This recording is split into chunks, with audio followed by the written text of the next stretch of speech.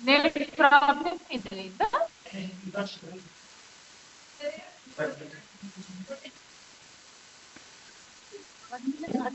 नाही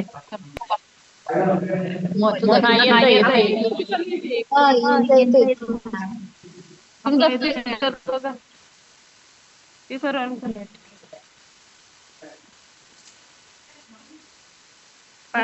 जॉईंट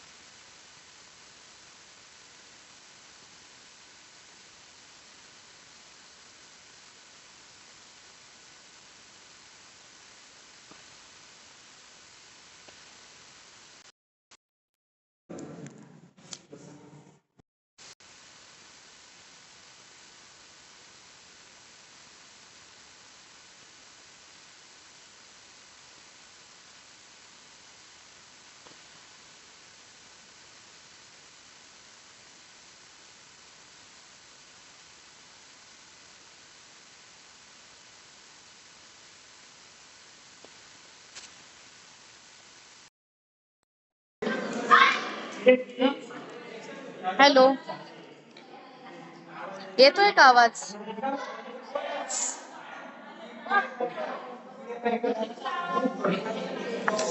देखो बच्चों, आज हम एक कविता सीखने वाले हैं। इसका नाम है अंधा युग। ये कविता जब की है, जब महाभारत में युद्ध हुआ था तब की ये कविता है। इस कविता के कवि है धर्मवीर भारती के अंधा युग कृति नाट्य से लिया है। इसमें युद्ध के परिप्रेक्ष्य में आधुनिक जीवन की विभाषिका का चित्रण किया गया है। अंधा युग में युद्ध तथा उसके बाद की समस्या और मानवीय महत्वाकांक्षा को प्रस्तुत किया गया है। इसका कथानक महाभारत युद्ध के समाप्ति काल से शुरू होता है। यह प्रसंग उस समय का है जब श्री कृष्ण की जीवन यात्रा समाप्त हो गई। भारत जी रुद्र के मुख से कहते हैं कि श्री कृष्ण ने अपना संपूर्ण उत्तरदायित्व पृथ्वी के हर प्राणी को सौंप दिया है। चलो हम ये कविता अभी देखेंगे। युयुत्सु होती होंगी वधिकों की मुक्ति प्रभु के मरण से, किंतु रक्षा कैसे होगी अंधे युग में। मानव भविष्य की प्रभु इस कायर मरण के बाद। अश्वत्थामा, कायर मरण मेरा था शत्रु वह, लेकिन कहूंगा मैं दिव्य शांति छाई थी उसके स्वर्ण मस्तक पर। वृद्ध बोले अवसान के क्षणों में प्रभु मरण नहीं है ओ व्याध, मात्र रूपांतरण है यह। सबका दायित्व लिया मैंने अपने ऊपर, अपने दायित्व सौंप जाता हूँ सबके। अब तक मानव भविष्य को जो जिलाता था, लेकिन इस अंधे युग में मेरा एक अंश निष्क्रिय रहेगा, आत्मघाती रहेगा और विगुलित रहेगा। संजय युयुत्सु अश्वत्थामा की भांति, क्योंकि इनका दायित्व लिया है मैंने। बोले वो लेकिन शेष मेरा दायित्व लेंगे बाकी सब। मेरा दायित्व वही स्थित रहेगा हर मानव के मन में। मैं उस उत्तम जिसके सहारे वह सभी परिस्थितियों का अतिक्रमण कर हुए नूतन निर्माण करेगा। पिछले ध्वंस पर मर्यादा युक्त आचरण में नित नूतन सृजन में निर्भयता के, साहस के, ममता के इसके क्षण में जीवित और सक्रिय हो उठेगा मैं बार बार। अश्वत्थामा उसका इस नए अर्थ में क्या, हर छोटे से छोटा व्यक्ति विकृत अर्ध बर्बर आत्मघाती अन्यास्थमा अपने जीवन का सार्थकता पा जाएगा। रुद्र निश्चय ही वे है भविष्य, किंतु हाथ में तुम्हारे है। जिस क्षण चाहो उनका नष्ट करो, जिस क्षण चाहो उनको जीवन दे दो।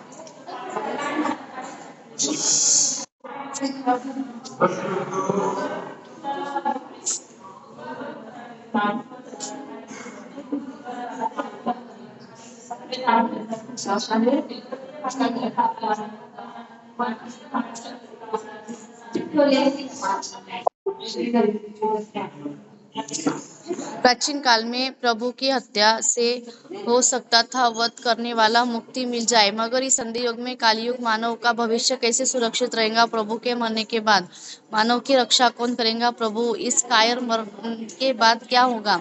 अश्वत्थामा, इसे आप कायर मर्द का नाम देते तो वह मेरा शत्रु था, लेकिन मैं उनकी अच्छाई का वर्णन करूंगा। जब उनकी मृत्यु हुई थी, मस्तक पर एक अनोखी चमक थी। वृद्ध माध्यम से कवि कहते हैं कि अरे बहेलिया, श्री कृष्ण के मौत के करीब का समय मरण नहीं था, मात्र शरीर का परिवर्तन था। श्री कृष्ण ने सबकी जिम्मेदारी अपने ऊपर ले ली थी। मानव के भविष्य को सुखमय बनाने उनका कर्तव्य था। इस अंधे युग में मेरा एक भाग निष्क्रिय रहेगा, जो एक आत्मघाती की तरह रहेगा। शिथिल नहीं रहेंगे। संजय, युयुत्स और अश्वत्थामा की तरह मैंने सब तरह का दायित्व पूर्ण किया है। आगे कहते हैं, शेष दायित्व बाकी सभी मनुष्य पर छोड़कर जाता हूँ। भविष्य में हर मानव के अंदर यह मेरा गुण विद्यमान रहेगा। उसके सहारे वह सभी नए सृजन में परिस्थितियों पिछली बारियों के ख्याल रहेगा। नए निर्माण में निर्भयता और साहस विद्यमान रहेगा। जीवन में ममता का संचार रहेगा। मैं उनसे अच्छे विचारों के लिए हमेशा जीवित रहूंगा और क्रियाशील बनूंगा। मतलब जो लेखक है उन्होंने ऐसा बोला है। अश्वत्थामा, युधिष्ठिर, इनके मरने के बाद हमारा जो जीवन है वो चलता ही रहेगा। मैं अभी आपको कुछ प्रश्न पूछती हूँ।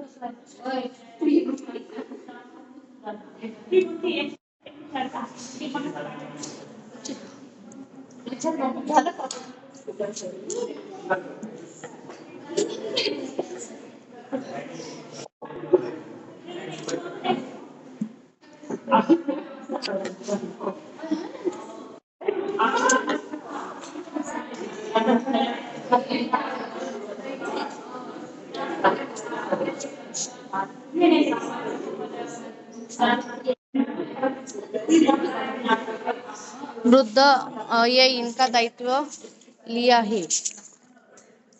निश्चय ही वे है भविष्य, किंतु हाथ में तुम्हारे। जिस क्षण चाहो उनको नष्ट करो, जिस क्षण चाहो उनको जीवन दे दो, जीवन ले लो। अश्वत्थामा पात्र का परिचय बताओ। उसके नए नियम अर्थों में क्या हरा छोटा सा, क्या छोटा विकृत अर्धबरोबर आत्मघाती अन्यस्थामा अपने जीवन की सार्थकता पा जाएगा। अंधा युग क्या है? अंधा युग ये महाभारत युद्ध के दौरान जो सैन्य में हो रहा था, उसका ये एक युग, मतलब इसको बोला है अंधा युग।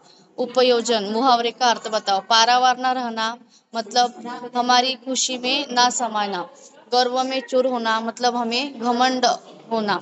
घोड़े बेचकर सोना, मतलब हमें किसी बात का गम ना पछताव रह के हम सोते ही रहते हैं।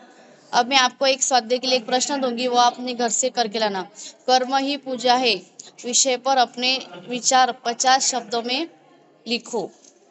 तो विद्यार्थी मित्र हो, हमने आज ये पाठ पढ़ा है अंधा युग।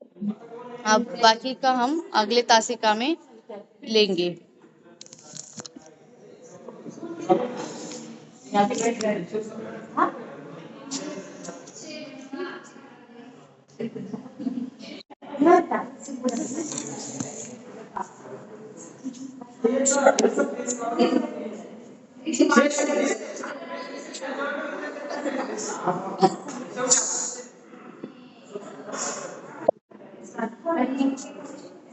धन्यवाद।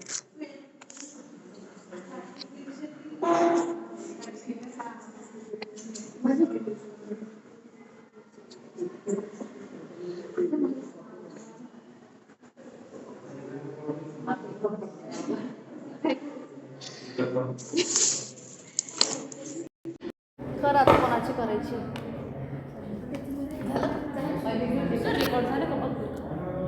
ना बघते ना, झालं असेल रेकॉर्ड. माझी लिंक ओपन करा. ती महत्वाची आहे.